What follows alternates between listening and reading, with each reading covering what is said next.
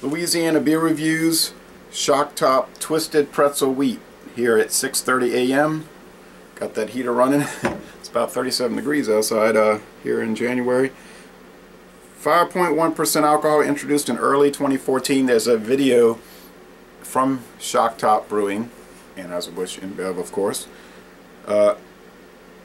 with Jill Vaughn, the brewmaster for Shock Top, the Shock Top line, talking about this beer. She was the brewmaster for the Michelob Brewing Company line, and might still be, because that line has been knocked down to 3 beers: Michelob Amber Bock, and Michelob Light.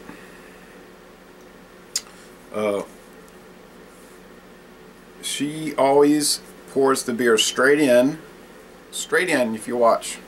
And she'll say that you want to get a thick head, but I mean, what does she know? Just a beer scientist. I mean,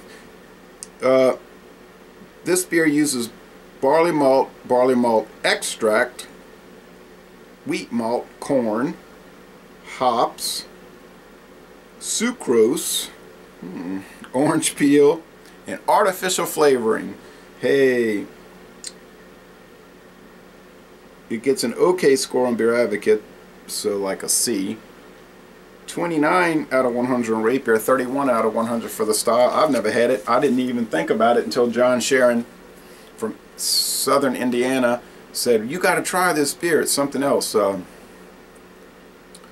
So I'm trying it. This was made on the 308th day of 2014, this particular bottle. Remember, when Shock Top first hit the market in 2006, it was called Michelob Shock Top, and if you notice, this is in the Michelob bottle design of the last 10 years or so.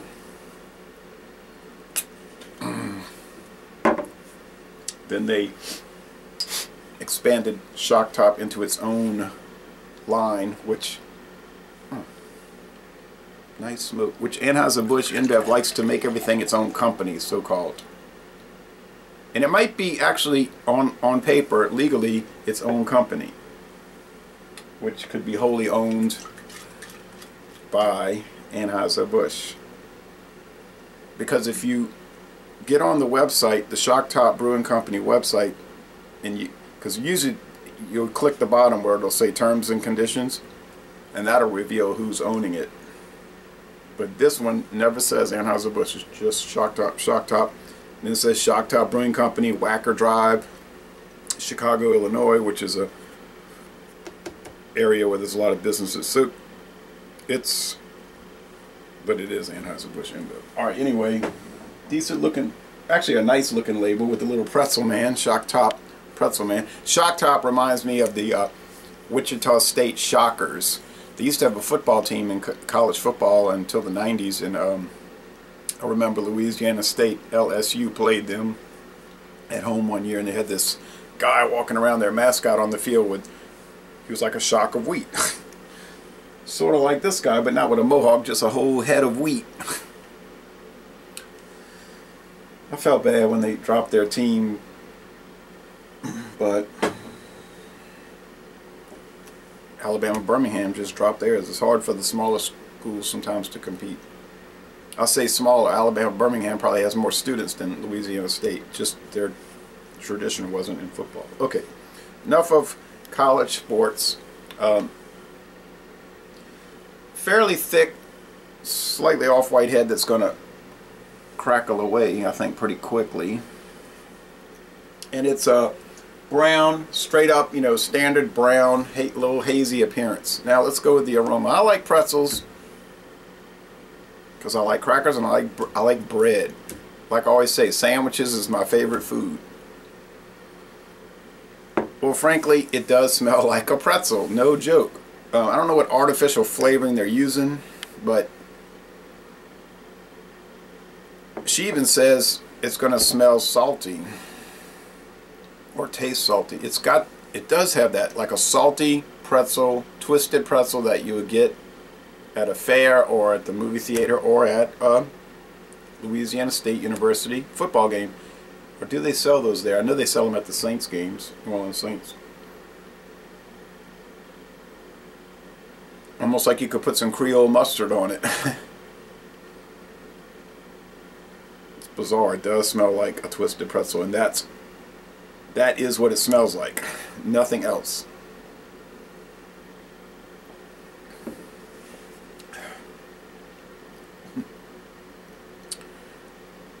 It tastes like a twisted pretzel. A little bit salty.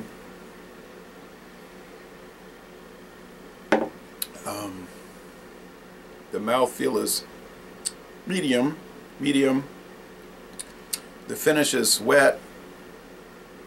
Pretty refreshing here at early morning. It's getting daylight out there. It's pretty easy going. I mean, yeah, it violates all my principles of beer drinking. I mean, to say that I would rather have Michelob, which is made with water, barley malt, hops, and yeast, according to the Reinheitsgebot, or Budweiser, which uses polished verdant rice as their adjunct. Those are more traditional. But hey, they know that everything is into all this flavoring and gimmicks and novelty beers. So if you're going to make a novelty beer, at least make it taste good. Some of the Shock Top stuff I don't like. It tastes like children's breakfast cereal, but this one tastes like pretzels. Wouldn't necessarily want to drink a pretzel, but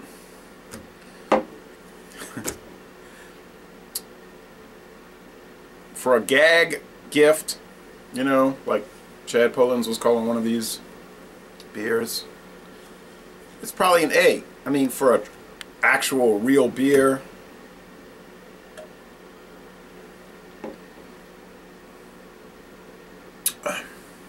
there is some sweetness and tartness. No real bitterness. I guess it's a B. It's good, but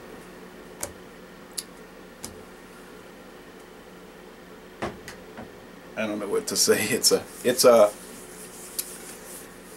festival beer, a fair beer. Not a festival like a beer festival, but a fair like going to a downtown, you know, like going or to New Orleans, going to the Mirliton Festival.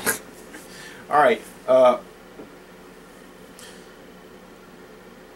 Here's a beer that is no longer made. I only saw it once somewhere in Tennessee, believe it or not. I believe it was on I know it was on a road trip, 1996. I'm almost sure. Yeah, it says best before October 1996. Brewed by the Jack Daniel Brewery, Lynchburg, Tennessee, and Cincinnati, Ohio. Well, I can almost assure you it was in Cincinnati, Ohio, at a brewery that is now owned by, it was an independent regional brewery, and then it was bought out by Boston Brewing Company.